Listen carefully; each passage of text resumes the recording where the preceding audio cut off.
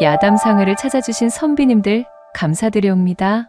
야담상회와 함께 즐거운 시간 보내시길 희망해 봅니다. 첫 번째 이야기 시작합니다. 옛날 옛적 충청도 공주 땅에 대대로 이름을 높인 무관의 가문의 양반집이 있었습니다. 이 댁의 막내 여식 옥섬은 고을서 두말하면 입이 아플 정도의 유명한 왈가닥이었지요.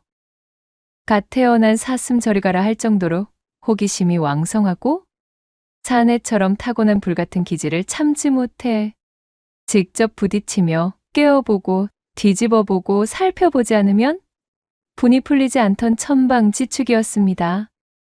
게다가 의협심과 정의감은 또 어찌나 투철하던지요. 이러한 여식의 성정에 관찰사를 지내고 있던 옥섬의 아비는 참으로 고심이 깊었습니다. 자신의 명성과 집안의 명예에도 왈가닥의 천방지축 여식에 대한 풍문은 그리 도움이 되는 것이 아니었으니까요. 그런 아비의 마음을 아는지 모르는지 아녀자의 껍질을 쓰고 태어난 것이 천추의 한이라는 듯 그녀는 거침이 없었습니다. 양반집의 규수로 단정한 품행과 조신한 언사, 그리고 감추고 인내하며 순종적인 모습을 강요받는 분위기가 옥섬은 참으로 견디기 힘든 지옥과도 같았습니다. 옥섬은 조신한 여식의 삶을 강요하는 분위기가 만연했던 자신의 집이 너무도 답답했지요. 그리하여 참다 못한 그녀는 자신을 옥죄고 있는 집을 뛰쳐나가 드넓은 모험의 길에 올랐던 전적이 있었습니다. 모험을 떠난 첫날, 기묘한 인연과 운명의 흐름으로 어느 젊은 도둑과 정을 통했던 충청감사의 안방마님을 곤경에서 구하는 일이 있었고, 그런 옥섬의 재치와 공을 높이 치하받아 그들과 지속적으로 연을 댄 전적이 있을 정도로 옥섬은 대단한 여장부의 배포를 가지고 있었습니다. 도저히 따분해서 아니 되겠다. 이 판사판이라 이 말씀이야? 이날도 여느 때와 마찬가지로 잔소리가 심하던 아버지의 극성을 피해 몰래 집에서 달아나 나룻배를 타고 이웃고을로 넘어와서는 이런저런 곳을 구경하고 있던 찰나였습니다. 분명 내가 또 없어진 것을 아시게 되면 아버님께서 하인들을 풀어 나를 수소문하기 시작하실 테니 재빠르게 둘러보다 돌아가야겠다.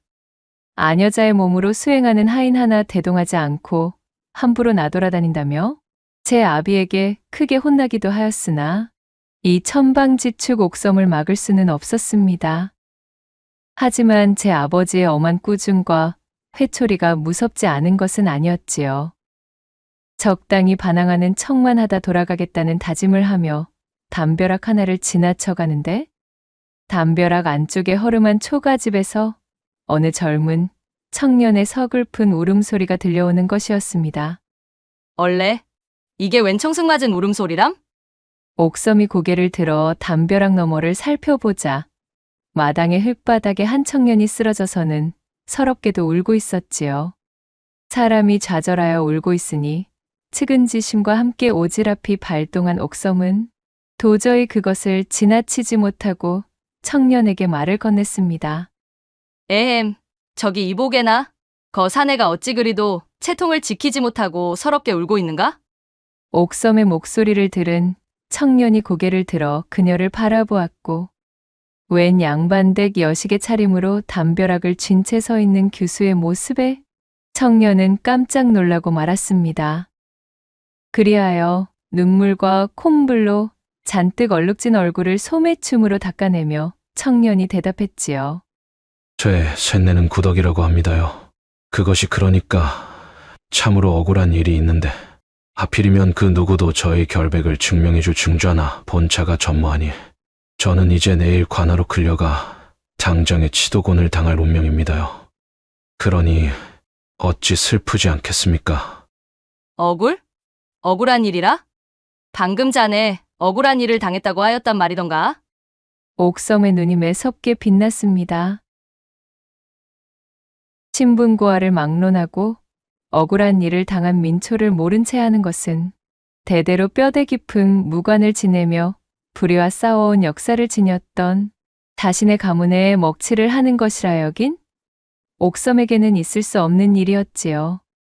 내게 자세히, 아주 상세히 소상히 아뢰어 보시게. 내 이야기를 들어본 뒤 참으로 자네가 억울한 사연에 빠져 있다면 내 자네를 도와 그 억울함을 풀어주도록 손써주겠네.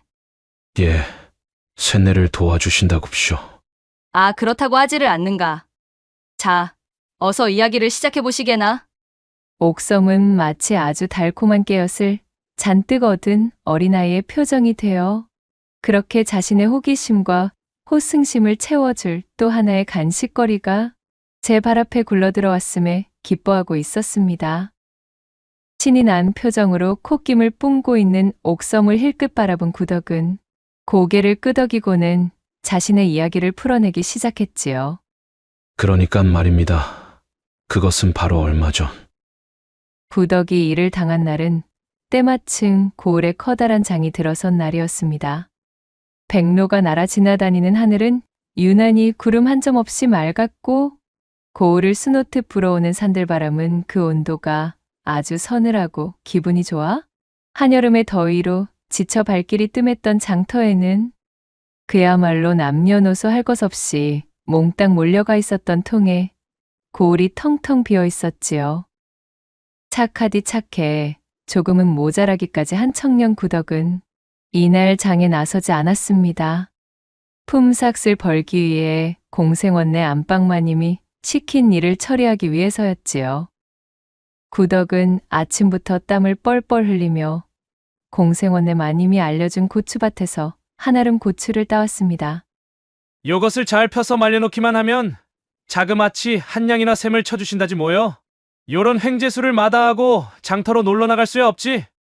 구덕은 오래간만에 넉넉한 품삯을 받는 일감이 생겨 그야말로 신이 나 있었습니다. 허나 그것이 어디 사람들이 장터로 몰려간 틈을 타 수작을 놓으려는 공생원내 마님의 계략이었음을 구덕이 알 리가 있었을까요? 마당에 멍석을 넓게 펼친 뒤 자신이 따온 고추를 말리기 시작한 구덕. 비록 어느라고 바보 같아 동네 사람들의 손가락질을 받기도 했던 구덕이지만 그 허우대가 훤칠하고 이목구비도 뚜렷하여 꽤 번듯한 청년임은 틀림이 없었습니다. 그렇게 성실하게도 자신이 따온 고추를 마당에 널고 난 뒤 빈 자루를 들고 또다시 고추밭으로 향하기 위해 동네 어귀를 도는데 담벼락을 지난 길바닥에서 자신에게 일감을 준 공생원내 마님이 힘없이 주저앉아 있는 것이었지요. 마님, 괜찮으셔요? 구덕이 황급히 마님에게 다가가자 공생원내 마님이 울상이 되어서는 자신의 발목을 잡고 있던 손으로 구덕에게 손짓을 하는 것이었습니다. 아야야, 나중내 그려. 얘 구덕아 때마침 잘 만났구나. 구덕이 마님의 모양새를 자세히 보아하니 걸음을 재촉하던 중 발목을 접질려 삔 것으로 보였습니다. 어이쿠, 이거 참말로 큰일입니다요, 마님. 어찌 일어나실 수 있겠어요? 구덕이 어쩔 줄을 몰라 진땀을 빼며 엉거주춤 서 있자 마님이 구덕에게 말했지요. 이놈아, 무엇을 그리 멍청하게 서서 보고만 있는단 말이더냐? 여기 내 뒤로 돌아와서 나를 좀 일으켜 세우기라도 해보거라. 마님의 말을 들은 구덕이 불이 나게 마님의 뒤로 돌아가서는 그녀의 겨드랑이에 팔을 집어넣고 마님을 일으켰습니다. 그러자 공생원내 마님은 마치 쓰러질 것만 같다는 투로 요상한 신음소리를 내더니 이내 구덕의 목을 와락 껴안는 것이었어요. 어구구마, 마님. 괜찮으셔요? 똑바로 한번 서 보십시오. 여자 경험이 전무했던 구덕은 그야말로 얼굴이 홍당무가 되어 있었습니다. 오냐, 괜찮다. 자, 집까지 나를 좀 부축해다오. 예, 마님. 구덕이 절룩거리는 마님을 힘껏 부축하여 그녀의 집까지 걸음을 옮겼습니다. 사락, 사락, 마님의 상체가 구덕의 몸에 밀착하여 쓸리자 구덕의 얼굴이 고추장의 빛깔이 되어 화끈거리고 있었지요. 공생원내 마님이 팔을 들어 올려서는 마치 구렁이가 먹잇감을 천천히 휘감듯 구덕의 목을 감싸고는 부드럽게 감는 바람에 마님의 겨드랑이에 손을 집어넣어 부축한 구덕의 손이 하필이면 그녀의 안가 쓴팍 맨살에 닿아버린 것이었습니다. 아이고, 이 일을 웃자면 좋디야. 구덕은 얼굴이 빨갛게 달아오르다 못해 마치 폭발이라도 할 듯 푸짐하게 익어버려서는 행여나 고을 사람들 중 누군가가 이 모습을 볼까봐 두려웠지요. 고개를 두리번거리며 연신 주변을 둘러보았지만 고을 사람들은 모두 장터에 몰려가 있었기에 두 사람에게 신경을 쓰는 것은 지나가던 들개 두 마리뿐이었습니다.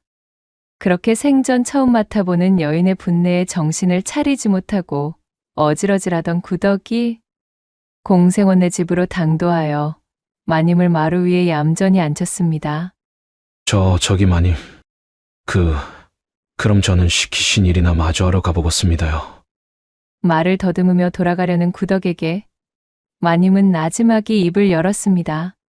어쭈, 이 한심한 놈을 좀 보게. 내 놈이 지금 나를 이리 내팽겨치고 그냥 돌아가려는 게냐? 그녀는 구덕의 옷소매를 부여잡고는 마치 바로 내일 모레 죽어 나자빠지기라도 할 것 같은 얼굴을 지어 보였지요. 아니 그것이 아니오라. 이대로는 내 발목이 쑤셔와서는 도저히 편히 쉴 수가 없을 것 같구나. 어차피 오늘은 대장날이라 의원들도 장터에 몰려갔을 게고 이대로 나를 혼자 두는 것은 너무하다는 생각이 들지 않는 것이냐. 아이고, 감히 제가 어찌 그런 천부당만부당한 괘씸한 마음을 품었겠습니까요. 제 쇳내는 그럴 목적이 아니었구만요.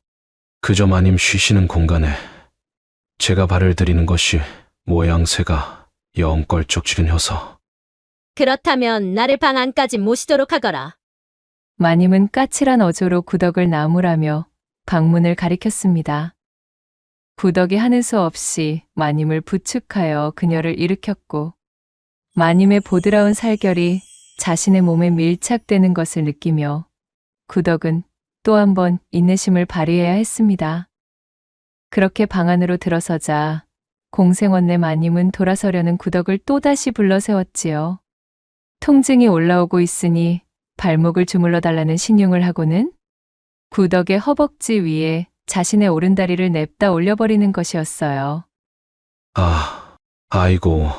구덕은 그야말로 혼이 빠져나갈 지경이었습니다. 자신이 살아생전 이렇듯 펄떡거리는 여인의 살결을 만지게 되리라고는 생각지도 못했기 때문이었지요. 모든 것이 처음이기만 했던 구덕은 그야말로 콧김이 가빠지고 염통이 바깥으로 탈출할 것만 같았습니다. 마님의 발목에 손을 가져다 대는 순간 구덕의 하초가 그만 뻐근해지고 말았지요. 꼴사납게도 염치 없는 구덕의 분신이 마치 커다란 천막이라도 펼친 듯 고을의 입구에 세워둔 천하대장군 마냥 듬직하게 제 위용을 뽐내기 시작했습니다. 오라? 이놈 좀 보게나? 공생원네 마님은 마치 그것을 노리기라도 했다는 듯 자신의 왼발을 들어 올리더니 구덕의 고관에 얹어 발가락으로 천하대장군을 슬며시 건드리기 시작했지요. 마님. 에라이! 이제는 도저히 아니 되겠구나. 구덕의 애타는 목소리가 들리는 찰나 공생원의 마님은 기다리지 못하겠다는 듯 구덕의 목을 휘감고 그대로 넘어졌습니다. 단골 같은 육덕이 흐드러진 마님이 구덕의 위에 들러붙어 자신의 욕구를 절실히 드러내자 방 안은 철퍼덕 방아를 찢는 소리가 울려 퍼졌습니다. 구덕은 동공이 풀리고 숨이 헐떡헐떡 넘어가기 직전이었습니다. 세상에나 마상에나. 이렇듯 이것이 정령 꿈인가 생시인가를 골백번 헤아리고 있었지요. 그렇게 생전 처음으로 비와 구름이 몰려오는 천둥번개의 거사가 속사포처럼 끝이 났고 모든 것이 처음이던 구덕은 정신을 차릴 새도 없이 일이 끝나고 말았지요. 이 일을 웃자면 좋단 말이오. 마님.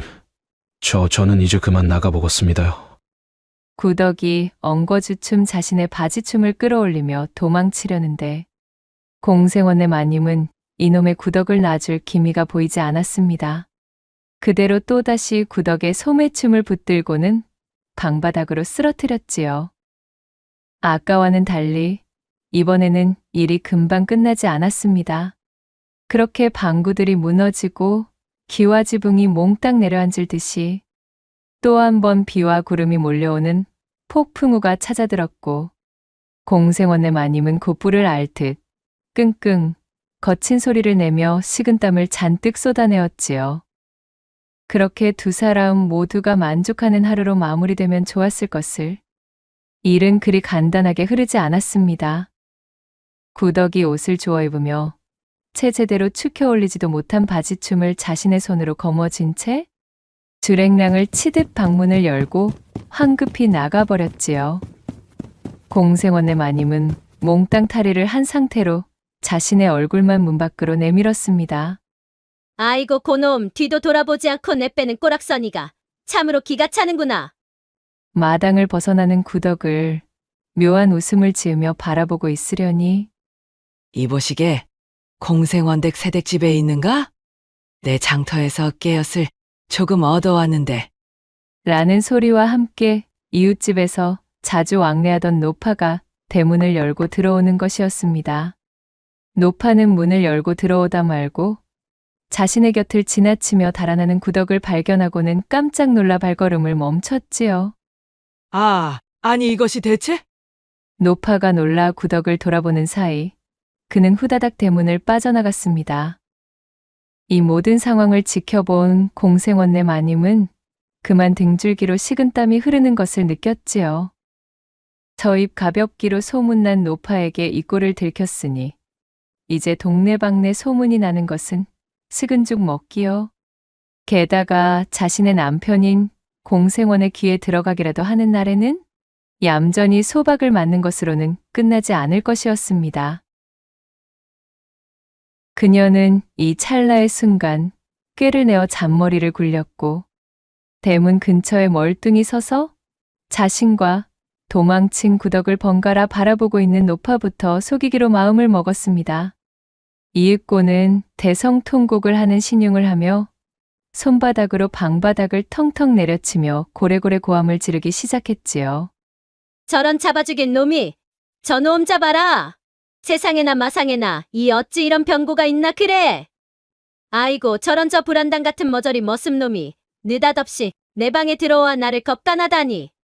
그리하여 공생원네 마님은 구덕을 관가에 고발하겠다고 으름장을 놓았고 이웃집의 노파가 찾아와 구덕에게 그 사실을 알린 참이었습니다. 여기까지가 제가 당한 일련의 일이 되겠습죠. 이제 저는 꼼짝없이 죽은 목숨이구먼요. 구덕의 모든 이야기를 들은 옥섬은 개슴츠레 눈을 뜨고는 구덕을 바라보았습니다. 하필이면 장터가 열리는 통에 모든 고을 사람들이 빠져나간 틈을 타 이러한 일이 벌어졌다는 것인데 두 사람 중 하나가 바로 이 시점을 노리고 일을 벌인 듯한 느낌이 드는구만 그래. 헌데 이 이야기를 말이야 자네가 지어낸 것은 아니던가? 정녕 그대가 그 마님을 겁간한 것이 아님을 자신있게 주장할 수 있는가 말이야. 그러자 구덕이 다시금 그 눈에서 달동 같은 눈물을 뚝뚝 흘리며 말했지요. 제가 비록 없이 지내긴 하였지만 거짓말만큼은 기필코 한 적이 없구만요. 방금까지 고한 이야기는 모조리 사실입니다요. 옥섬은 자신의 턱을 부여잡고는 생각에 잠겼습니다. 생원의 아내로 들어선 마님이 그것도 혼인한 지 얼마 되지도 않은 새댁의 신분으로 그러한 일을 벌였다는 것이 옥섬에게는 이해가 되지 않는 대목이었으나 구덕이 워낙 억울함이 가득 실린 얼굴로 대성통곡을 하고 있으니 이것 또한 허투루 넘어갈 사안은 아닌 듯 싶었지요. 그렇다면 내 한 가지 제안을 하겠네. 자네가 이고을 사또 앞에 서는 날짜가 내일이라 하였으니 내 그날 관가에 함께 당도하여 그 마님이 하는 말을 유심히 들어본 뒤에 결정을 하겠네. 어떠한가? 괜찮겠는가? 구덕은 실망감 가득한 얼굴이 되어 기어들어가는 목소리로 대답했습니다. 역시 셋내의 말을 믿지 못하시는 것이구먼요. 허나 괜찮습니다요. 제초에 저를 믿어주실 거라는 생각은 하질 않았습죠. 알겠습니다요. 그럼에도 불구하고 뭔가 저희 억울함이 조금이라도 눈에 밟히신다 싶으시면 그때에는 부디 저를 도와주십사 이렇게 간청드리겠습니다요. 그래. 알겠네. 그리하여 옥섬은 일단 구덕의 집에서 벗어나 이런저런 정보를 취합해 보기 위해 장터로 향하기로 마음먹었습니다. 나의 육감으로 보건대 필시 거짓을 고하는 것 같지는 않아 보인다마는 장터로 나와 여기저기를 돌아다니던 옥섬은 눈물을 쏟으며 제 결백을 주장하던 구덕의 눈빛을 떠올리며 중얼거렸습니다. 그래. 까짓 거 한번 부딪혀보는 거지 뭐. 옥섬은 왁자지껄한 장터 한 곳에 자리를 잡고 사람들에게 손짓을 하며 소리쳤습니다. 자, 여기 보시오들. 나는 이런저런 풍문을 수집하며 다니는 나그네 올시다. 이 고을 구덕이라는 청년에 대한 이야기를 해주는 자에게 내 보답으로 엽전 한 양씩을 드리겠소이다. 무엇이라도 줬소. 구덕이 이 고을에서 지내며 얻은 평판, 그의 발자취, 그의 내력, 그의 성품, 무엇이라도 좋으니 내게 이야기를 해줄 자, 어디 없소이까? 멀끔한 양반댁 여식의 차림으로 장터에서 한자리를 차지하고 서서는 마치 장사치들이나 할 법한 호객행위를 하고 있으니 장터에 나선 사람들이 신기하여 모여들기 시작했지요. 옥섬은 한층 더 흥을 돋구며 소리쳤습니다. 자, 누구든 좋소이다. 내게 구덕이라는 청년에 대한 이야기를 해주시고 그에 따른 보상, 엽전 한 양씩을 받아가시기 바랍니다. 세상 천지에 또 이러한 기회가 어디에 있겠소. 민초들에게 엽전 한 양이 어디 그냥 지나칠 수 있는 돈이었던가요? 몇 푼이 아쉬운 마당에 그저 자신의 이웃으로 지내고 있던 청년에 대한 성품을 이야기해주는 조건으로 한 양이나 내어준다니 마다할 이유가 없는 장사였습니다. 이윽고 한 한학이 다가와 옥섬에게 말했습니다. 저기 쇳내가 몇 마디 아뢰어도 되겠습니까요? 그래, 물론이라네. 내게 해줄 말이 무엇인가? 그 구덕이라면 혹시 약간 어눌하고 숫기 없는 오, 그래. 맞아. 맞다네. 그 집 마당에 배나무가 한 그루 있었지, 아마? 아, 그러하다면 맞습니다요. 구덕이 그 치가 조금 어눌하고 모자라 보이기는 허나 본디 그 성품이 온순하고 착하기 이를 데가 없어서는 아주 진국인 청년입니다요. 얼마 전에 저희 집이 곤경이 처했을 때도 자기 끼니 때우기도 힘든 사정이었을 텐데 구덕이 그 치가 나서서 도와주었습죠.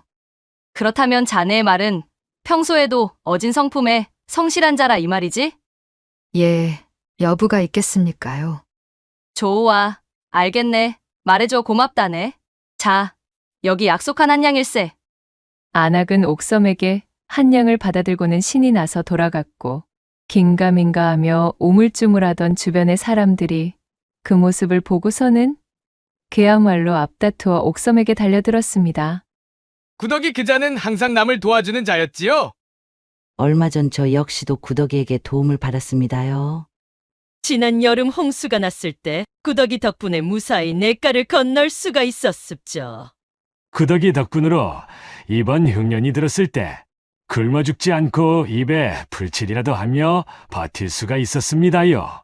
구덕 오라버니가 항상 저희에게 먹을 것을 나눠주어 그 덕으로 살아남았답니다. 그렇게 옥섬은 하루 종일 장터의 한자리를 차지하고는 지나다니는 사람들을 상대로 호객행위를 벌였고 모여든 사람에게 한 양을 대가로 구덕에 대한 풍문을 잔뜩 수집하였습니다. 어느덧 해가 저물 지경에 이르러서는 옥섬이 제 집을 나서며 가지고 나온 노자를 대부분 사용한 뒤였답니다. 그 덕에 구덕에 대한 풍문과 평판은 넘칠 정도로 수집할 수 있었지요. 이 정도로 풍문을 잔뜩 수집해보았으니 틀림이 없겠군. 아무래도 이렇게나 일관된 평판이라면 구덕이 그 치가 참말로 억울한 누명을 뒤집어 쓴 모양이야. 그렇지 않고서야 이 어찌 구덕이라는 그 사내에 대해서 하나같이 이리도 한결같은 말만 나온단 말이던가. 양인의 탈을 쓰고 그것도 아녀자의 몸으로 먼저 사내를 끌어들여서는 정절을 농락하고 죄를 뒤집어 씌우다니 참으로 이는 일어나서는 안 되는 일이로다. 내 반드시 내일 관가에 참여하여 돌아가는 상황을 눈여겨보아야 하겠구만. 가슴 속 불타오르는 정의감에 도취된 천방지축 옥섬은 그렇게 뉘엿뉘엿 저물어가는 해를 바라보며 얼마 남지 않은 엽전이 들어있는 전대를 품 안으로 갈무리하였습니다. 그녀는 이번에 나선 모험길 역시 소소한 수확을 얻어갈 수 있는 소동이 벌어진 것에 감사하며 그렇게 하루를 지낼 주막을 향해 발걸음을 재촉하였습니다. 이윽고 대망의 날이 밝아왔습니다. 아침 일찍 주막을 나선 옥섬이 사람들에게 물어물어 관하로 향했지요. 그렇게 앞마당으로 들어서니 마침 구덕과 공생원내 마님이 동원 안의 모습을 드러낸 터였습니다. 옥섬이 넌지시 구덕의 모습을 바라보고 있자니 참으로 그 모습이 딱하기가 그지없었습니다. 구덕은 다리가 후들후들 떨리고 눈앞이 캄캄하여 당장이라도 구토를 할 판이었으니까요.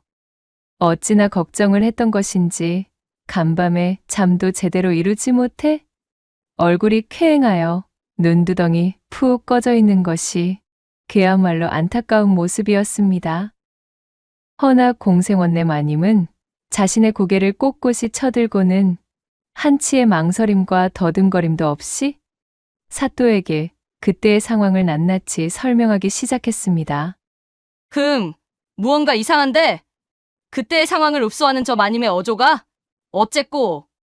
이를 지켜보고 있던 옥섬은 고개를 갸웃거렸습니다. 자신을 욕보인 구덕의 두 눈을 빤히 바라보는 것도 그렇고 그날 있었던 일을 마치 몇 번이나 암기해둔 느낌으로 서책을 읽듯 부자연스럽게 읊는 것 또한 어쩐지 수상쩍었지요. 공생원내 마님이 외치는 진술을 들은 구덕이 자신의 양손을 허공에 저어대며 발버둥쳤지만 아무런 소용이 없었습니다. 진정 이 말이 사실이라면 감히 겁도 없이 생원의 안사람을 겁간한 이놈은 중령으로 다스려 반상의 법도를 바로 세워야 마땅하겠도다. 사또가 얼굴을 찌푸리며 소리치자 구덕의 얼굴은 창백하게 변해갔습니다. 바로 그때 옥섬이 나서 소리쳤지요. 사또 나으리 다시 한번 그때의 상황을 소상히 읊어보라 하심이 어떠시런지요? 자네는 누구인가? 사또가 고개를 들어 옥섬에게 질문하였고 옥섬은 슬그머니 다가가 이방에게 자신의 정체를 알려주었습니다. 옥섬의 정체를 들은 이방이 눈이 휘둥그레져서는 사또에게 고하였고 품계가 높은 무관 집안의 여식임을 알아차린 사또가 헛기침을 하며 옥섬의 말대로 읊었지요. 다시 한번 자세히 설명해 보렵다. 그러자 공생원내 마님이 기분이 상했다는 듯 눈썹을 꿈틀거리며 다시금 진술을 하기 시작했습니다. 예, 나으리. 그러니까 말이지요. 셋내가 집으로 향하는 길목에서 걸음을 재촉하다가 말입니다. 발목을 접질러 삐는 바람에 길바닥에 냅다 주저앉고 말았습니다. 헌데 저놈이 나타나서는 저를 부축하여 집까지 데려다 주지 않겠습니까? 그것이 고마워 인사치레를 하려 했더니 아니 글쎄 웬거려. 냅다 제 방으로 들어와서는 저를 덮쳐서는 겁간에 놓는 것이 아니겠습니까? 제발 그만하라. 살려달라 애달프게 소리쳤으나 아무런 소용도 없었지요. 그때의 상황은 어떠하였는지 소상히 읊어보라. 네, 나으리. 저놈이 한 손으로는 저의 두 손을 꽉 틀어잡았습니다. 그리고 또 한 손으로는 참으로 망측하게도 제가 입 밖으로 소리를 지르지 못하도록 저의 입을 단단히 틀어막았지요. 정말이지 그때는 숨이 턱턱 막혀서는 꼼짝없이 죽는 줄로만 알았지 뭐겠습니까? 그리고는 또 한 손으로는 정승처럼 솟아오른 자신의 하초를 부여잡더니 담자코 듣고 있던 옥섬이 버럭 소리를 질렀습니다. 잠깐! 거기 잠깐 멈추시오! 난데없는 옥섬의 외침에 좌중의 모든 사람이 깜짝 놀라 그녀를 바라보았지요. 옥섬이 씩 웃으며 공생원내 마님에게 외쳤습니다. 한 손으로는 당신의 손을 틀어쥐고 또 한 손으로는 당신의 입을 틀어막고 다시 또 한 손으로는 자신의 하초를 부여잡았다? 그러하면 이 구덕이라는 자는 손이 3개가 달린 자라 이 말입니까? 과연 하초를 붙든 그 마지막 손이 진정 이 구덕이라는 자의 것이 맞았습니까? 이 말을 들은 공생원내 마님이 순간 자신의 실수를 깨닫고는 얼굴이 새파랗게 질리고 말았습니다. 그러자 이를 지켜보고 있던 사또도 소리쳤지요. 이런 고얀! 저 청년이 정녕 손이 3개 달린 자란 말이더냐? 필시 이것저것 가져다 붙이다가 내년 스스로 뒤죽박죽이 되어 거짓 증언을 내뱉고만 것이리라. 여봐라, 새빨간 거짓말을 뱉는 전현을 붙들어 새 치혀를 뽑아버리렸다.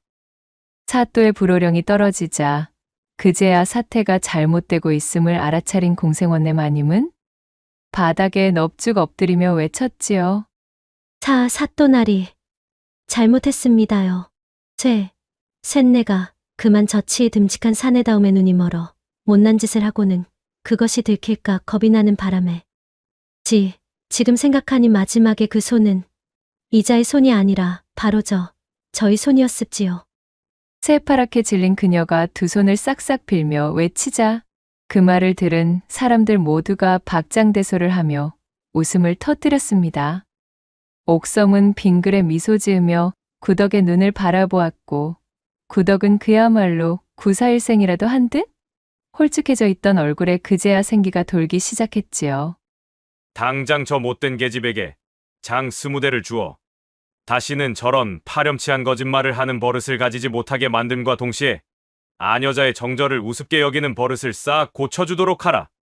그리하여 그녀는 자신이 억울하게 누명을 씌우려던 구덕의 눈총을 받으며 서슬퍼런 관졸들이 선사하는 곤장형에 처해지게 되었고 옥섬의 도움을 받아 누명을 벗게 된 구덕은 옥섬에게 연신절을 하며 감사를 표하게 되었습니다. 그래, 내 비록 시일이 걸리기는 하였으나 약조한 대로 자네의 억울함을 풀어줄 수가 있었으니 이 어찌 다행이 아니겠는가. 그러나 저러나 내 자네에 대한 풍문을 조사하기 위하여 저작거리에 나서보았더니 아니 글쎄 자네에 대한 칭찬이 새기지 않았겠나? 더군다나 하나같이 자네의 그 성실함을 높게 평가하고 있더구만. 그래서 말인데 내 자네에게 하나 제안을 해보려 한다네. 자, 안 그래도 우리 집에 일손이 모자라던 차였는데 이참에 나를 따라 우리 집에서 정식으로 품삯을 받으며 일해볼 생각은 없는가? 내 다른 것은 몰라도 우리 집에서 일한 머슴치고 정당하게 일한 품삯을 받지 못한 자는 없다는 점을 꼭 강조하고 싶다네. 여부가 있겠습니까요? 쇤네 억울한 누명을 벗겨주신 은혜, 이것을 어찌 잊고 살 수가 있다는 말씀입니까요? 품삯 따위는 한 푼도 받지 않더라도 일하겠습니다요. 그게 무슨 소리인가? 일을 하였는데 어찌 세경을 주지 않는다는 말인가? 나는 누구와는 달리 낮이건 밤이건 일을 시켜놓고서는 그것을 3번째 손해짓으로 치부하고 입을 닦는 행동은 하지 않는 사람이라네. 그렇게 옥섬은 구덕과 함께 그의 집으로 돌아가 짐을 꾸리는 것을 도와주었고 이튿날 구덕을 데리고 자신의 집으로 돌아왔습니다. 자신의 아비에게 귀에 딱지가 내려앉을 정도로 세차게 잔소리를 받긴 하였으나 이내 행랑아범에게 구덕을 소개시켜주며 그를 머슴으로 받아들였고 그렇게 구덕은 옥섬에게 은혜를 갚기라도 하겠다는 듯 열심히 일하며 여느 하인들의 몇 배나 되는 일감을 처리하여 옥섬 내 곳간이 풍족하게 들어차는 것에 대단한 일조를 하게 되었지요. 다음에 옥섬은 구덕에게 넉넉한 세경을 전해주었고 더불어 자신의 집안에서 일하고 있던 여종과 혼담도 주선하여 가정을 이루게 된 구덕은 그 이후로도 두고두고 옥섬을 보필하며 옥섬이 집안을 도망쳐 나와 또다시 모험길에 오를 때에도 그녀를 위한 선의의 거짓말로 옥섬 아비의 눈을 속이도록 도와주게 되었다는 후문이 옵니다. 두 번째 이야기 시작합니다. 옛날 아주 먼 옛날의 조선에 매우 조그마한 어촌 군락지가 하나 있었습니다. 번화한 고을과 연결되는 제대로 된 길조차 갖춰지지 않은 아주 오지에 붙은 마을이었지요. 마을에 총인원이 몇 가구 되지도 않던 그 작고 조용한 마을에는 부모님을 일찍 여의고 홀로 삶을 꾸려가고 있는 순박한 청년 흥국이 살고 있었습니다. 생전에 부모님이 남겨주신 쓰러지기 일보 직전에 허름한 초가집이 흥국이 가진 재산의 전부였지요. 소금기가 가득한 척박한 땅에서 변변치 않은 작물들을 재배하고 드넓은 바다에 나가 낚시와 해루질을 하며 일용할 먹거리를 채취해 근근히 하루를 연명하곤 했습니다. 흥곡은 가난하였기에 하루의 대부분을 이렇듯 먹을 것을 구하는 일로 보내었고, 이러한 일상을 제외하면 흥곡에게 주어진 유일한 여가라고는 단지 석양이 드리워진 드넓은 바다를 향해 앉아 그것을 구경하는 시간뿐이었습니다. 참으로 치열하고 정신없게 보낸 하루였지만 그 반면에 이토록이나 외롭고 허전하기 짝이 없는 하루일 수가 없구나. 흥곡은 멍하니 백사장에 앉아 석양이 붉게 물드는 중인 아름다운 바다를 바라보며 중얼거렸습니다. 이웃들과도 멀리 떨어져 있었기에 흥곡은 하루에 사람과 말 한마디 나눠 보지 않는 경우가 더 많았습니다. 고단한 삶과 가난은 그럭저럭 버틸만 하였지만 이처럼 드넓은 바다를 앞에 두고 찾아오는 지독한 외로움은 날마다 겪어도 도무지 잦아들지 않는 것이었지요. 그저 이 드넓은 조선 천지에 나 혼자만 있다는 기분이 들지 않도록 온기라도 나눌 수 있는 친구가 있었으면 참으로 좋겠구나. 흥곡은 깨진 조개 조각들을 손으로 들어 검붉게 물들고 있는 바다에 집어던지며 한숨을 내쉬었습니다. 그러던 어느 날이었습니다. 오래간만에 텃밭에 돌을 고르는 일이 일찍 끝나 잠시 짬이 생겼지요. 오늘은 모처럼이니 오래간만에 큼지막한 그림으로 흥을 내보아야겠구나. 흥곡이 콧노래를 흥얼거리며 작대기를 집어들었습니다. 그리고는 흙바닥에 끄적끄적 익숙한 솜씨로 그림을 그리기 시작했지요. 그런데 아까부터 묘하게 흥곡의 귀를 간지럽히는 수수께끼의 목소리가 들려오는 기분이었습니다. 처음에는 파도에 흩어지는 백색 소음쯤으로 여겼고 그 뒤로는 기분 탓이려니 하고 애써 넘겼으나 이내 그것이 또렷한 사람, 그것도 여인의 음성임을 알아차린 흥곡이 외쳤습니다. 뭐야? 이제껏 내 귓가에서 속삭이던 소리가 정녕 환청이 아닌 것인가? 얼씨구, 이제야 인지하셨군요. 지난 동짓날 처음 도련님께 말을 건넨 이후로 참으로 오래도 걸리셨습니다. 이제라도 알아차려 주셨으니 참으로 다행이로군요. 도대체 이것이 어디에서 들리는 소리인 거야? 나의 머리가 어떻게 되어버린 것인가? 설마 환청이 아니라면 귀신이냐? 사람이라면 썩 내 모습을 드러내도록 하거라. 환청이 아니라고 아까부터 몇 번이고 입이 닳도록 말하고 있었거늘 참으로 도련님은 아둔하신 것인지 아니면 귀가 좋지 않으신 것인지 내 참 정말 알다가도 모를 일입니다, 진짜. 까랑까랑 울리는 듯한 퉁명스러운 여인음. 이 드넓은 장소에 움직이는 사람이라고는 달랑 자신뿐인데 자신의 귓가 바로 옆에서 들려오는 이 귀신이 곡할 여인의 음성에 흥곡은 온몸에 소름이 바짝 돋고 말았습니다. 드디어 내가 외로움에 지쳐 미치기라도 해버린 것이로구나. 새파랗게 질린 얼굴로 주변을 두리번거리며 당황하는 흥곡의 태도에는 아랑곳 없이 까랑까랑한 목소리는 다시금 그의 귓가를 강타했답니다. 어휴, 참으로 답답도 하시지. 대관절 어디를 보고 계시는 겁니까? 도련님, 거기가 아니라 이쪽 바위 밑입니다요. 목소리의 성화를 따라 흥곡이 고개를 숙여 소리의 근원지를 눈으로 쫓았습니다.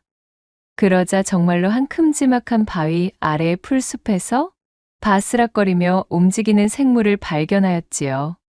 아니, 세상에나? 너무 놀란 흥곡은 하마터면 뒤로 넘어질 뻔하였습니다. 목소리의 주인공은 바로 조그맣고 하얀 토끼였으니까요. 정말로 나에게 말을 건 게 너니? 보면 모르시겠습니까? 1000번을 보고 10,000번을 보아도 네가 내 입장이라면 어떻겠느냐? 본다고 알 수가 있을성 싶으냐? 조선 천지에 사람 말을 뱉는 토끼가 있다는 소리는 내 들은 적이 없구나. 하기사, 듣고 보니 그것도 일리가 있는 말씀이로군요. 사람의 말을 하는 토끼라니, 이 인간인 내 입장에서는 마치 꿈이라도 꾸는 기분이로구나. 환청도, 꿈도 도련님의 머리가 이상해진 것도 아니니 걱정하지 마시옵소서. 다만 도련님께 저희 존재를 알리는데 혈안이 되어 몹시도 조심성 없이 접근하게 되었던 점, 그것에 대해서는 이 기회에 사죄를 드리도록 하겠습니다요.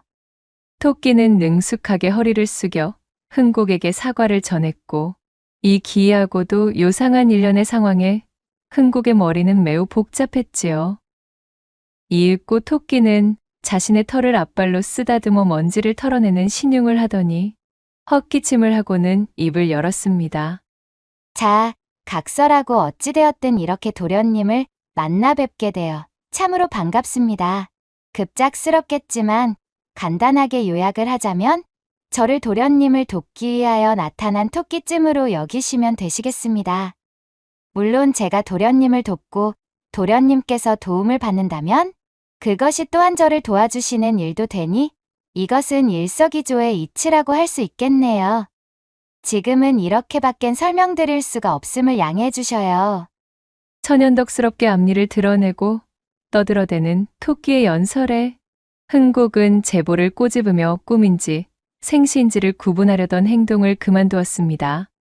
눈앞에 훤히 보이는 것을 현실로 믿기로 작심한 것이었지요. 한참 동안이나 토끼의 이야기를 집중하여 듣느라 토끼가 숨을 고르며 잠시 입을 닫았을 때는 이미 날이 상당히 저물어 있었습니다. 토끼가 설명해준 이야기대로라면 자신은 본래 하늘의 사람이고 본분을 잊고 너무나 건방지며 아나무인이었기에 옥황상제의 노여움을 사서 토끼의 모습이 되어버렸으며 누군가를 도와서 은덕을 쌓아야 자신의 본래 모습으로 돌아갈 수 있다 주장하는 것이었지요. 그러나 하필 자신이 떨어진 곳이 이곳 사람이라고는 코빼기도 보이지 않는 외진 바닷가 마을인지라 크게 낙심하고 있던 차에 우연히 눈에 들어온 흥곡을 발견하고 오랜 기간 열심히 말을 걸기 위해 노력했다는 것이었습니다. 그리고 네가 그렇게 노력해온 이유는 나를 돕기 위해서였다. 은덕을 쌓아 너의 본래 모습으로 돌아가기 위해서? 정확합니다, 도련님. 정말 기쁘네요. 저의 이야기를 굉장히 집중해서 모두 들어주셨군요. 한때는 아둔하기 그지없는 도련님의 낯짝을 보며 내 미래도 이제 몽땅 틀렸구나. 정녕 이제 어찌 되려나 하였는데 말이지요. 아직도 믿기지 않는 이야기이긴 하지만 토끼 내 말버릇을 보아하니 누군가의 노여움을 사서 형벌을 받았다는 대목만큼은 참으로 신빙성이 높아 보이는구나. 흥곡이 겸연쩍게 웃으며 말하자 토끼가 바위 위에서 폴짝 뛰어내려 흥곡에게 다가섰습니다. 자, 저를 따라오셔요. 토끼는 재빠른 동작으로 저만치 뛰어갔고 흥곡은 토끼를 놓칠세라 불이 나게 그 뒤를 따랐습니다. 이윽고 토끼를 따라 당도한 곳은 신기하게도 흥곡의 추억이 깃든 장소였습니다. 여기는 도련님의 어머니께서 살아계셨을 적 쭉 도련님을 위해 기도를 드리던 곳인데 기억하고 계신가요? 그래. 어머님의 등에 엎여 있을 때 이곳의 풍경들을 눈에 담았던 기억이 어렴풋이 나는구나. 맞습니다. 어머님께서 항시 은덕을 쌓으시며 극진히 치성을 드린 것이 하늘까지 전달되어 그것이 돌고 돌아 우리가 만나게 된 것이지요. 물론 이것은 어디까지나 제 추측이지만요. 토끼가 쌓은 지 오래되어 보이는 돌탑 하나를 앞발로 가리키며 말했고 흥곡은 잠시 어머니에 대한 추억에 젖어 눈시울을 붉혔지요. 자세히 보니 돌탑의 앞에는 그간 한 번도 본 적이 없었던 낡고 커다란 나무 괴짝이 하나 놓여 있었습니다. 이 나무 괴짝을 열고 그 안에다 무엇이든 원하는 것을 크게 말씀하시면 이것이 도련님의 삶을 윤택하게 만들어줄 것이에요. 이것이 제가 드리는 도움입니다.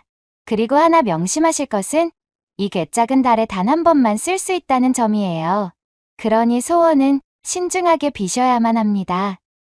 토끼의 말에 흥곡은 영문을 모르겠다는 표정을 지었지만 이내 고개를 젓고 토끼가 시키는 대로 따르기로 마음먹었습니다. 말하는 토끼가 이르는 것이니 분명 신기한 일이 일어날 테지?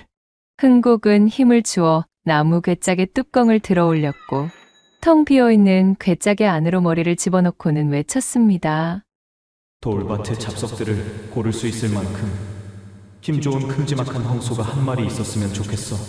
그러자 괴짝이 심하게 요동치며 뿌연 연기가 피어오르더니 이내 벼락이 떨어지는 커다란 소리와 함께 정말로 흥국의 눈앞에 큼지막한 황소가 나타난 것이 아니겠어요? 맙소사. 흥국은 참으로 믿을 수 없이 벌어진 일에 다시 한번 제 볼을 꼬집어 보았으나 자신의 눈앞에 나타난 것은 정말로 살아있는 황소였지요. 어때요? 보셨나요? 이것이 바로 저의 능력. 아니, 사실 제 능력이 아니라 상제님의 능력이지만 어쨌든 제가 드리는 도움입니다. 아무쪼록 심사숙고하시어 이것이 도련님에게 행복을 가져올 수 있기를 바라겠습니다요. 자, 그럼 저는 이만. 말을 마친 토끼는 깜찍하게 앞발을 흔들며 흥국에게 인사를 건넸고 이내 제가 뛰어온 곳으로 쪼르르 달려 자취를 감추고 말았습니다. 토끼야, 잠깐만. 흥국은 토끼에게 제 감사의 인사도 전하지 못한 것이 마음에 걸려 토끼를 불러보았으나 마치 거짓말처럼 토끼의 모습은 온데간데 없었습니다. 흥국은 한참을 멍하니 서서 토끼가 사라진 곳을 바라보다 듬직한 황소와 함께 집으로 돌아갔지요. 그날부터 흥국은 황소와 대동하여 자신의 황폐한 밭을 가꾸며 지냈습니다. 외롭고 적적하던 차에 흥국에게 나타난 이 황소는 소중한 일꾼이자 동료, 그리고 그의 외로움을 달래는 친구가 되어주었지요. 흥국은 이 황소와 함께 일몰과 일출의 눈부신 광경을 나누었고 하루의 대부분을 함께 지내며 깊은 정을 나누었습니다. 그렇게 한 달이라는 시간을 보내던 어느 날 흥국의 고을을 관리하던 관부에서 조세징수원이 찾아왔습니다. 당시 악명 높던 징수원으로서 특히 자유재량으로 맡겨둔 현물세인 공물을 제 마음대로 수탈해 고열을 짜내기로 유명한 자였지요. 징수원은 을씨년스러운 고을을 돌아다니면서 몇 없는 사람들에게 각종 구실을 가져다 붙이며 세금을 쥐어짜기 시작했습니다.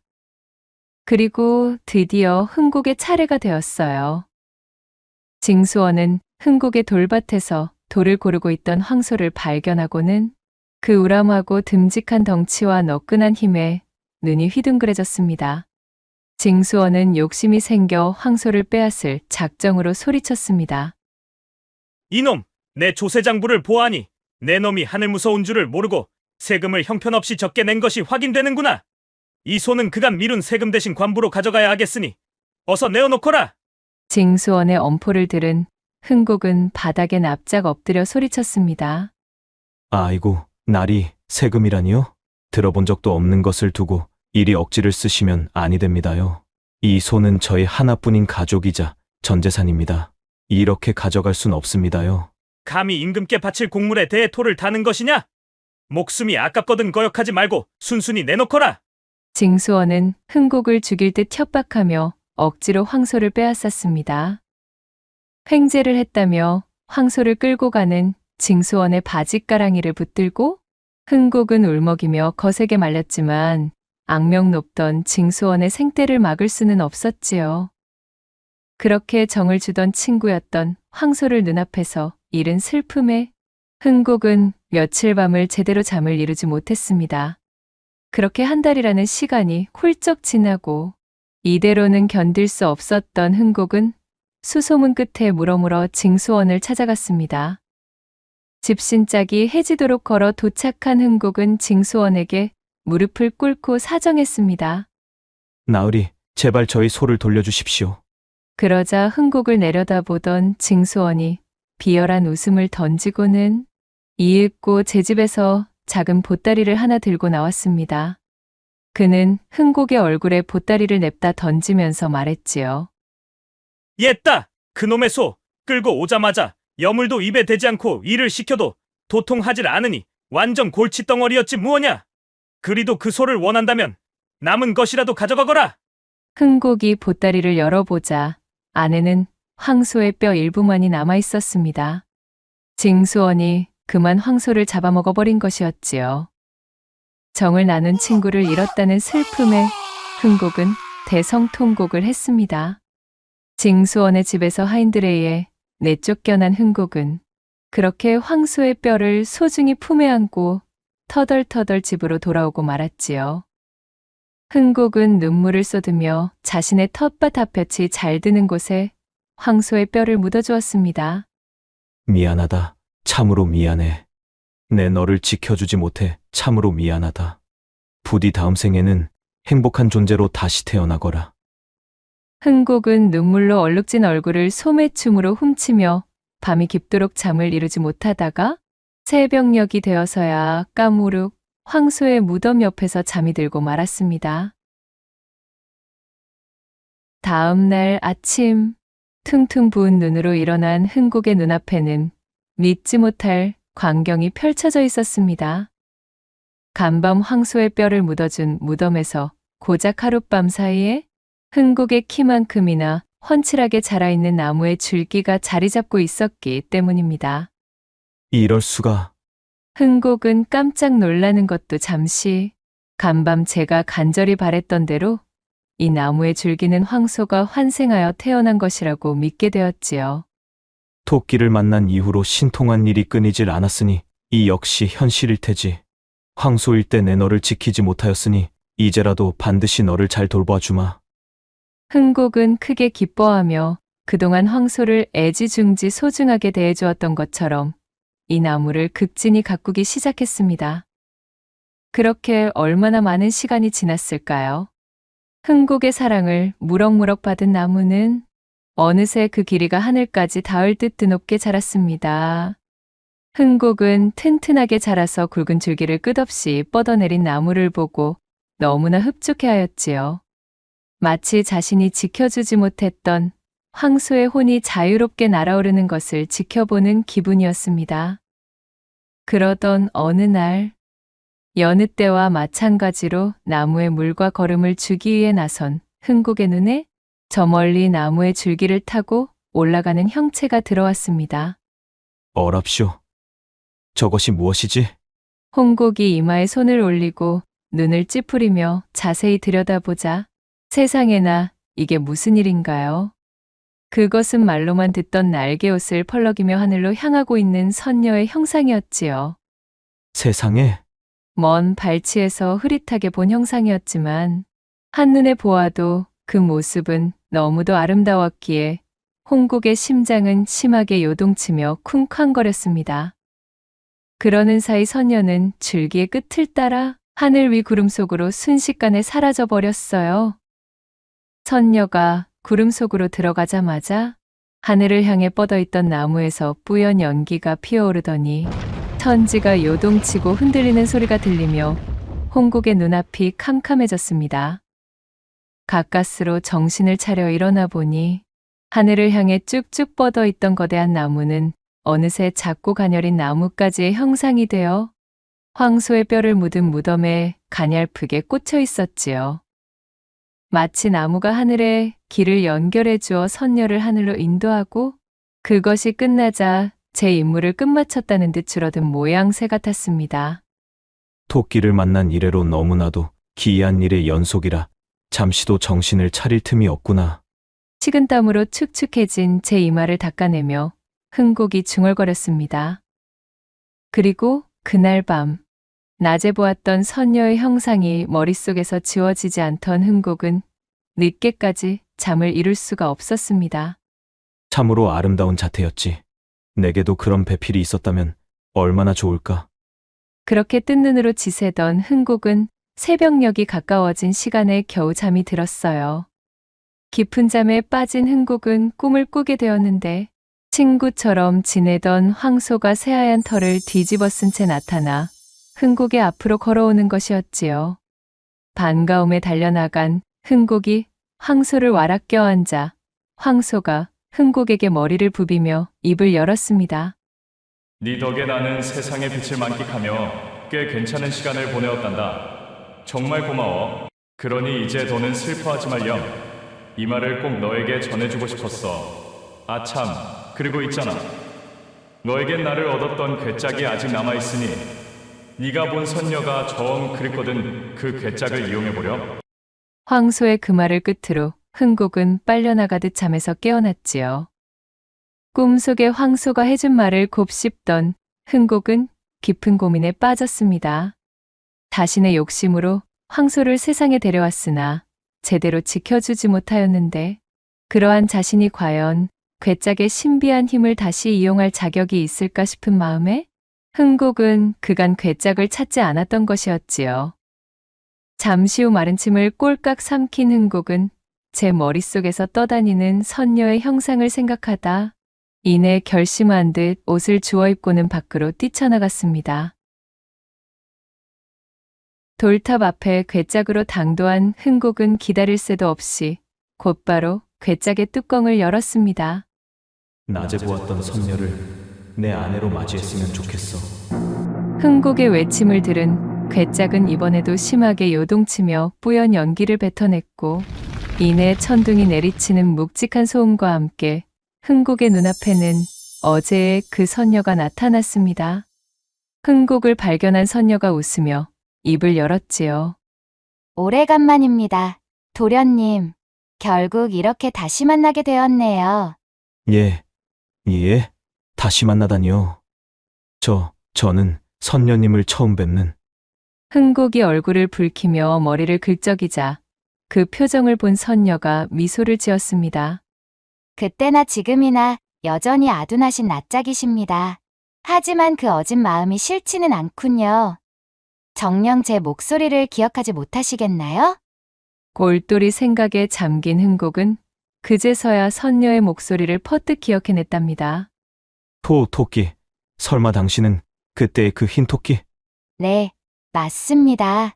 그 토끼가 바로 저랍니다. 도련님, 토끼이던 시절보다는 지금이 훨씬 아름답죠? 아니 이것이 대체 어찌된. 일전에 도련님께 제가 말씀드렸지 않습니까? 도련님을 돕는 일은 결국 저를 돕는 일이라고요. 도련님을 도와 은덕을 쌓은 저는 다시 하늘로 복귀할 기회를 얻게 되었고 사정이야 어찌되었든 도련님께서 뿌리 내리게 도운 나무가 마침 제게 하늘길을 열어주어 저는 무사히 제 본 모습을 찾아 하늘에 당도할 수가 있었습니다. 참으로 감사드립니다. 모두 도련님의 덕택이었어요. 이럴 수가. 도저히 믿을 수가 없는 이야기입니다. 어머? 더 믿을 수 없는 이야기를 해드릴까요? 그게 무엇입니까? 황소를 잃은 이후 괴짝을 이용하여 더욱 큰 사리 사욕과 욕심을 채울 수 있었는데도 도련님은 그렇게 하지 않으셨지요. 오직 친구처럼 지냈던 황소의 넋을 위로하며 보살피려는 마음뿐이었습니다. 그 어질고도 사려 깊은 마음에 옥황상제께서도 감격하시어 이번에 외치신 도련님의 소원은 저더러 직접 이루어주라 명하셨답니다. 직접이라면 설마. 예, 맞사옵니다. 제가 바로 도련님의 아내가 될 선녀이지요. 기뻐하셔도 좋아요, 도련님. 하늘궁에서도 저 정도로 미색이 빼어난 선녀는 그리 흔치 않사옵니다. 도련님 아주 횡재하신 거예요. 선녀는 흥국의 앞으로 바짝 다가서며 마치 뽐내는 듯 날개옷을 펄럭여 보였고 그렇게 꿈에 그리던 선녀와 예쁜 아내를 동시에 맞이하게 된 흥국은 만개한 웃음을 보이며 뛸 듯이 기뻐하고는 그녀를 데리고 집으로 돌아갔지요. 선녀를 아내로 맞이하게 된 흥국은 하루가 어떻게 흐르는지 모를 정도로 행복한 나날을 보냈습니다. 그에게는 더 이상 외로움이라는 감정이 찾아들 틈이 없었지요. 그는 선녀와 함께 달콤한 신혼생활을 가득 만끽하고 있었습니다. 선녀 역시 흥국을 지아비로 맞아 지상에서 생활하며 그의 아내로서 인간의 삶을 사는 것에 큰 재미를 느끼고 만족하고 있었지요. 그렇게 두 사람이 낮에는 연일깨를 볶으며 함께 일하고 밤에는 진득한 사랑을 나누며 서로 죽고 못 사는 시간이 연일 흘렀습니다. 그러나 흥국에게 주어진 행복은 이번에도 그 기간이 길지 못했지요. 옆고을에서의 수탈을 끝내고 흥국의 고을을 지나던 지난번의 조세징 소원이 밭에서 작물을 수확하던 흥국과 선녀를 발견한 것이었습니다. 한눈에 보아도 빼어난 절색을 뽐내고 있던 선녀의 외모를 본 징수원은 황소 때와는 비교도 할 수 없는 욕심이 솟아나고 있었습니다. 그는 다짜고짜 선녀의 팔을 잡아채며 외쳤지요. 아니, 이런 천하의 미색을 보았는가? 이리도 외딴 곳에서 기거하고 있을 여인이 아니로구나. 헉, 나으리. 아니, 제 아내에게 어찌 그러십니까? 그 손을 놓아주십시오, 나으리. 어허, 내 이놈. 지난번 황소 때도 그랬지만 내 놈은 필시 뒤가구린 짓을 벌이는 놈임이 틀림이 없다. 그렇지 않고서야 어찌 너같이 가진 거 하나 없는 가난한 놈이 그토록 우량한 황소에 무슨 수로 이리도 아름다운 여인까지 아내로 얻었다는 말이더냐? 생각 같아서는 당장 경을 치고 내 놈을 관부로 끌고 갈 일이지만 내 특별히 이 계집만 데려가는 것으로 봐주도록 하겠느니라. 흥곡에게 잔뜩 으름장을 놓은 징수원은 주상전하께 진상을 올리겠다는 핑계를 대며 선녀의 팔을 잡아 끌었습니다. 하지만 그의 속내는 선녀를 끌고 가 자신의 첩으로 들일 심산이었지요. 아니, 이게 무슨 짓입니까? 이 손 놓으셔요. 내 인연, 가만히 있지 못하겠느냐? 여기서 저항한다면 내년에 서방을 죽이고서라도 데려갈 것이니 얌전히 응하거라. 아니, 그것이 대체 무슨 말이랍니까? 어찌하여 인간들이란 이다지도 제멋대로인 말을 뱉어내는 것인지요? 징수원과 선녀 사이에서 잔뜩 실랑이가 벌어졌지만 흥곡을 서방으로 맞이하며 지상으로 내려와 신통력을 잃은 선녀는 그저 가녀린 인간 여인일 뿐이었습니다. 건장한 징수원의 힘에 눌려 그에게 끌려가는 선녀를 보며 흥곡은 지난날 황소를 지키지 못했던 기억이 떠올랐습니다. 그 죄책감을 채 잊기도 전에 이번엔 아내마저 잃는다면 더는 견딜 자신이 없었지요. 제 아내를 데려가려거든 저를 죽이고 데려가십시오. 흥곡은 징수원의 멱살을 잡아 그를 바닥에 내동댕이 치며 소리쳤고 그 순간 징수원의 수아가 들고 있던 육모방망이로 흥곡을 사정없이 두들겼습니다. 몽둥이 세례를 견디지 못한 흥곡은 그대로 의식을 잃고 말았고 흥곡의 이름을 애타게 외치는 선녀를 데리고 징수원은 그대로 모습을 감추고 말았습니다.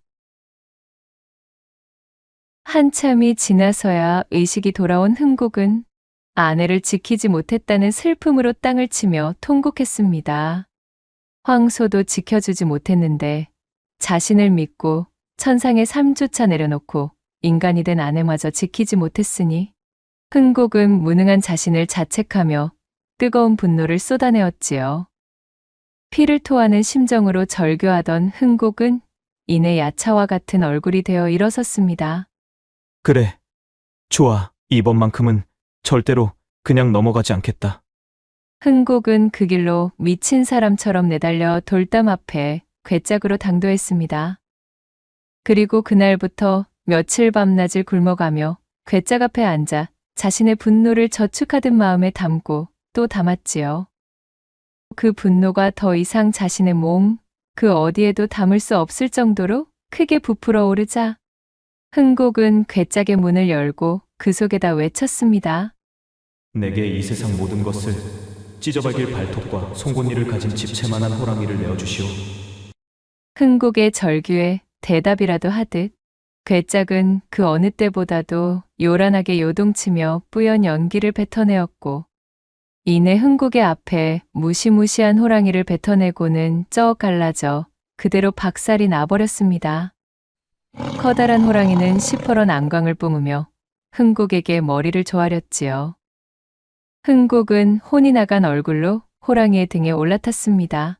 그리고 조용히 호랑이의 귓가에 속삭였습니다. 내 아내를 데려간 놈에게 가자. 그 놈은 내 마음대로 찢어놓아도 좋단다. 그의 말을 들은 호랑이는 두툼한 앞발을 굴러 뜀박질을 시작했고 그 뜀박질이 어찌나 빠르던지 호랑이는 눈 깜짝할 새에 징수원의 집까지 당도하는 것이었습니다. 손쉽게 담벼락을 넘어 마당 안으로 당도한 호랑이를 발견한 하인들의 비명 소리가 여기저기서 터져나왔지요. 이윽고 바깥의 소란을 듣고 나와본 징수원은 마당 한가운데 떡하니 자리 잡고 있는 호랑이를 발견하고는 그만 오줌을 지리고 말았습니다. 내 아내는 어디에 있느냐? 흥곡이 버럭 소리를 지르자 징수원은 덜덜 떨리는 손가락을 들어 곳간으로 보이는 한 창고 건물을 가리켰고 흥곡이 다가가 자물쇠를 부수고 문을 열자 그 안에는 흥곡의 아내인 선녀가 새끼줄에 꽁꽁 묶인 채 갇혀 있었지요. 여보.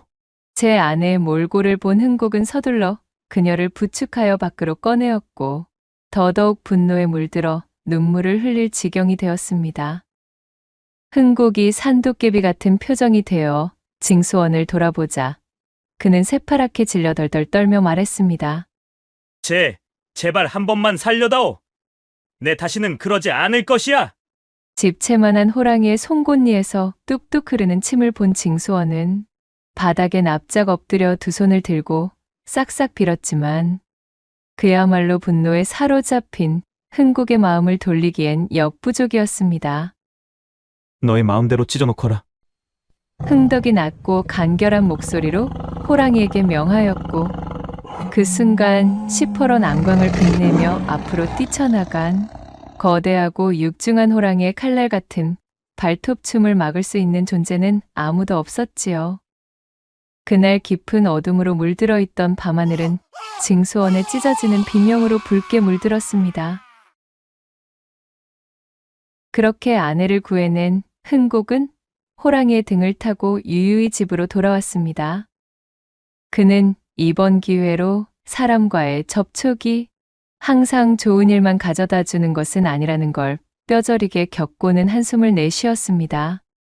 차라리 사람의 왕래가 일절없이 외로웠던 시절이 더 나을지도 모를 일이구나. 나는 이제 너무 지쳐버렸어요. 탐욕에 눈먼 사람들이 내 소중한 존재들에게 상처 입히는 것을 더는 두고 보기 힘듭니다. 부인은 어찌 생각하십니까?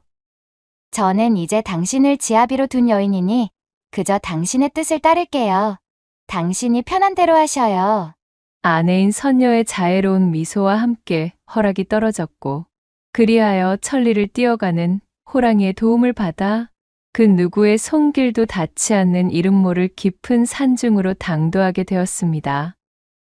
이후로도 흥곡과 선녀는 아무도 찾지 않는 둘만의 보금자리에서 함께 의지하며 행복하게 지내면서 두 번 다시는 서로 떨어지지 않았으며 훗날 그 두 사람이 머물렀던 산채의 마당에는 두 사람이 껴안고서 눈을 감은 모습을 꼭 닮은 바위가 아직까지도 그 자리를 굳건하게 지키고 있다라는 후문이 옵니다. 낭독해드린 이야기가 선비님들 마음에 드셨다면 구독과 좋아요, 댓글로 야담상회를 응원해 주셔요. 늘 잊지 않고 야담상회를 찾아주시는 여러분들 시청해 주셔서 참으로 감사하옵니다.